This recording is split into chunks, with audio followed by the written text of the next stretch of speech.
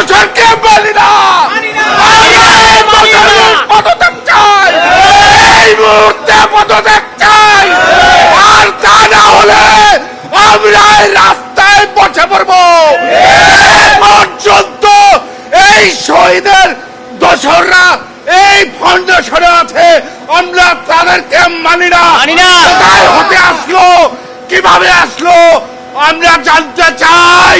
এই সরকার কি করছে?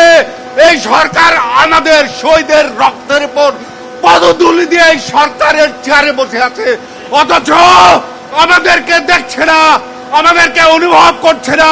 কিছুদিন আগে ঘোষণা দিয়েছে এই শহীদদের 30 লক্ষ টাকা করে দেওয়া হবে। মাত্র কিছু মানুষের কাছে 10 লক্ষ টাকার সঞ্চয় পত্র দিয়ে সারা বাংলাদেশে এখন পর্যন্ত শহীদেরা এই একটি টাকাও তারা পায়নি। তাদেরকে বলা হয়েছে অবিলম্বে যে 30 লক্ষ টাকা ঘোষণা দেওয়া হয়েছে তাদের হাতে পৌঁছে দেওয়া হোক এই 30 লক্ষ টাকা সঞ্চয় পত্রে এ বছরের মধ্যে। দ্বিতীয়ত, যে ঘোষণা দেওয়া হয়েছিল প্রতি মাসে এই শহীদদেরকে 20,000 টাকা করে ভাতা দেওয়া হবে, অবিলম্বে কার্যকর করা হোক। জারি চলে গেছে, কোরবানি ঈদ আসছে, এখন পর্যন্ত ভাতা দেওয়া হয় নাই। যাদেরকে এই 10 লক্ষ টাকা করে সঞ্চয়পত্র দেওয়া হয়েছে তাদেরও এখন পর্যন্ত কোন কার্যক্রম হয়নি। আর বলতে চাই, আমাদের এই ফাউন্ডেশন, আমাদের রক্তের ফাউন্ডেশন, এই ফাউন্ডেশনে যারা কাজ করবে এই শহীদের পরিবার পক্ষ থেকে এখানে নিয়োগ দেওয়া হোক। এই শহীদের পরিবারে এক্ষুনি পদত্যাগ করা হোক। এই শহীদের পরিবারের অসংখ্য যোগ্য লোক আছে, তাদের মধ্যে থেকে এই শহীদের পরিবারের লোকজন এই ফাউন্ডেশন নিয়োগ করা হোক। ধন্যবাদ সবাই। আগের মিটিংয়ে যখন আমরা দেখেছি যে জুলাই ফাউন্ডেশনের সভাপতি ডক্টর স্যার এবং ওয়াকার নামে এই ভদ্রলোক ওয়াকার আহমেদ এটা কোষাধ্যক্ষ ট্রেজারার, আমাদের ধারণা হয়েছে যে হয়তো পদাধিকার বলে জুলাই স্মৃতি ফাউন্ডেশনের সভাপতি হবেন প্রধান উপদেষ্টা অথবা পরবর্তীতে প্রধানমন্ত্রী, আর সেনাপ্রধান হবে ট্রেজারার। এইটা আমাদের প্রত্যেকের মধ্যে একটা সৃষ্টি করে রাখছিল। এই ওয়াকার যে সেনাপ্রধান না, এটা আমরা জানতে পারিনি।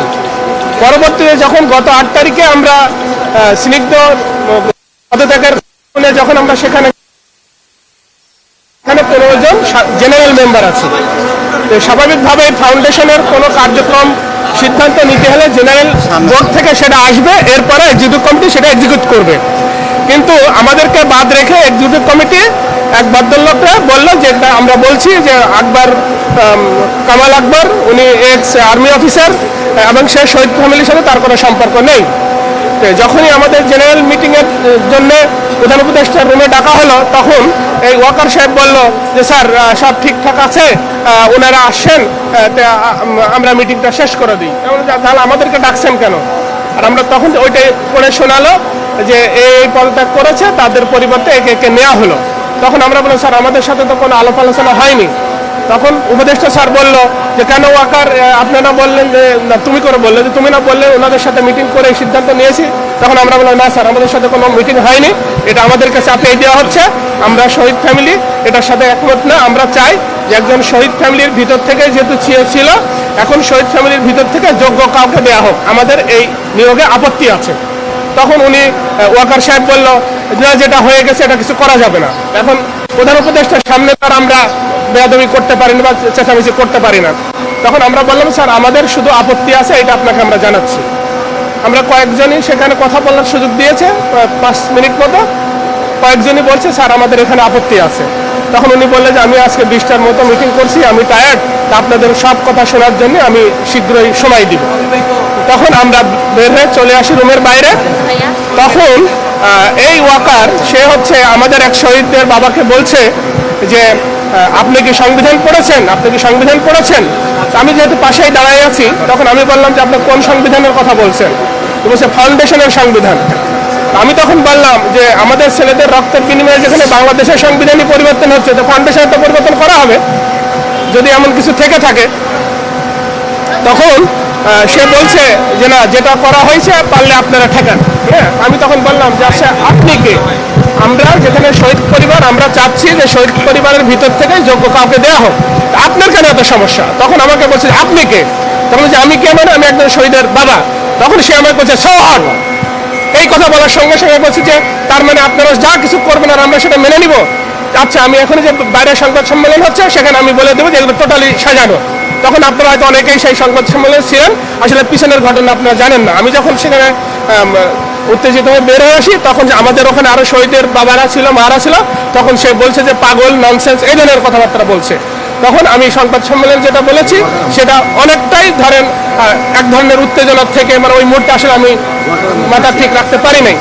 পরবর্তীতে যখন ওয়াকারের বায়োডাটা চেক করলাম, এখন দেখি সে হচ্ছে প্রাক্তন সেনাপ্রধান KM শফিউল্লাহ ছেলে, যে আওয়ামী লীগের নমিনেশন নিয়ে ইলেকশন করছে রূপগঞ্জ থেকে।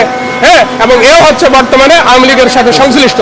তাহলে তখন আমরা বলছি যে কি করে সম্ভব যে জুলাই এবং শহীদ এবং আহতদের পরিবারের উন্নয়নের জন্য যে একটা ফাউন্ডেশন, সেখানে একজন স্বৈরাচারের দোষর কিভাবে বসে থাকতে পারে? তখনই আমরা এটা প্রতিবাদ করছি। আর সেও যেহেতু শহীদ ফ্যামিলির কেউ না, আমরা মনে করি শহীদ ফ্যামিলির মধ্যে অনেক যোগ্য লোক আছে, যোগ্যতার ভিত্তিতে সেখানে দেওয়া হোক, যারা এর আবেগ অনুভূতি এটা বুঝতে পারে। এটাই হচ্ছে আমাদের, যে কেন দুইজনকে আমরা টার্গেট করছি। সে স্বৈরাচারের দোষর এখন প্রমাণিত, আর যেহেতু সে সিও, যেহেতু শহীদ পরিবারের কেউ না, আমরা মনে করি শহীদ পরিবারের আবেগ অনুভূতি বোঝার জন্য একজন শহীদ পরিবারেরই যোগ্য লোককে এখানে দেওয়া উচিত। এটাই হচ্ছে আমাদের মূল বক্তব্য। এখন আপনারা খবর নিচ্ছেন, খোঁজ খবর নেন আমাদের মধ্যে যোগ্য লোক আছে কিনা, ঠিক আছে, এবং আমাদের দাবি অযৌক্তিক কিনা। আপনাদের পর্যায়ে আমি মনে করি যে আপনাদের মাধ্যমে এটা সর্বোচ্চ পর্যায়ে আমরা এই দাবিটা রাখছি। যদি আমাদের দাবি অন্যায্য হয় তাহলে আমাদের সঙ্গে বসুক, যে আপনাদের এই কারণে অন্যায্য। আমাদের যোগ্য লোক আছে ইনশাল্লাহ। যেহেতু আপনি প্রশ্ন করেছেন এই দুইটা বিষয়ে, আমি এটা মনে হয় ব্যাখ্যা দিতে পারলাম। আর এখানে আমরা যারা উপস্থিত হয়েছি, হ্যাঁ, সবার কাছে একই দাবি, যে আমরা কি কোনো অন্যায় কোনো দাবি করছি কিনা। আমি শহীদ সাইমের আম্মু, আমার ছেলে শহীদ হয়েছে 19 জুলাই। তো আমরা চাচ্ছি যে এখন আমার ছেলের জীবন নিচে যেই স্বৈরাচার, ওই স্বৈরাচার এখন এখানে কেন বসবে? তাহলে আমাদের ছেলেদের বিচার আমরা কোথায় পাবো, কিভাবে পাবো? তাহলে স্বৈরাচার যদি এখন এই জায়গায় বৈশা থাকে, তাহলে আমাদের বিচার কে করবে? কেউ করার মতো তো আমাদের দুঃখ, যন্ত্রণা, বেদনা বুঝবে না। এক শহীদ ফ্যামিলি শহীদের যন্ত্রণা বুঝবে, আর অন্য কেউ বুঝবে না। বাইরে থেকে আইসা ওই লোক শহীদের যন্ত্রণাটা বুঝবে না। একটা মার ভিতরে যে যন্ত্রণা, হাহাকার, একটা দুঃখ, কষ্ট এক শহীদের ফ্যামিলি বুঝবে, আর কেউ বুঝবে না।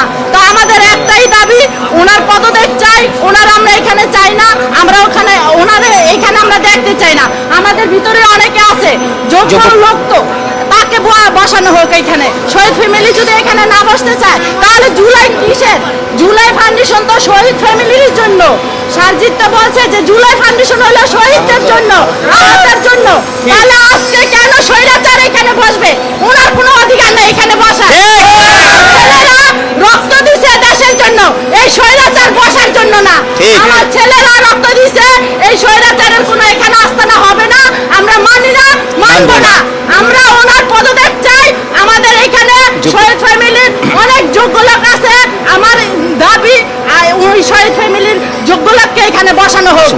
আমরা পদত্যাগ চাই, পদত্যাগ চাই। ওনার আমরা এখানে চাই না। থ্যাংক ইউ আপা। হ্যাঁ, চেয়ারম্যান আসুন। প্রিয় সাংবাদিক ভাইরা, সামনে করেন।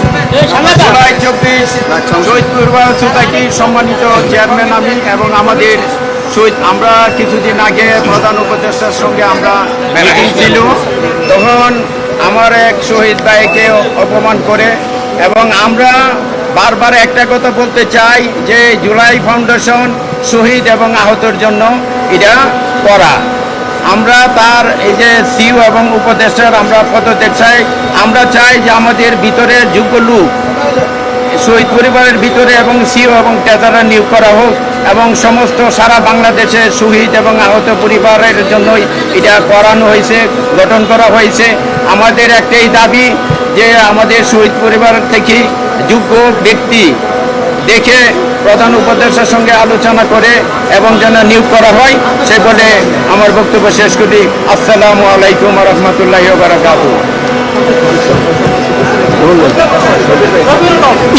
আপোষ না সংগ্রাম, সংগ্রাম, সংগ্রাম, জুলাই ফাউন্ডেশন নিয়ে তালবাহানা,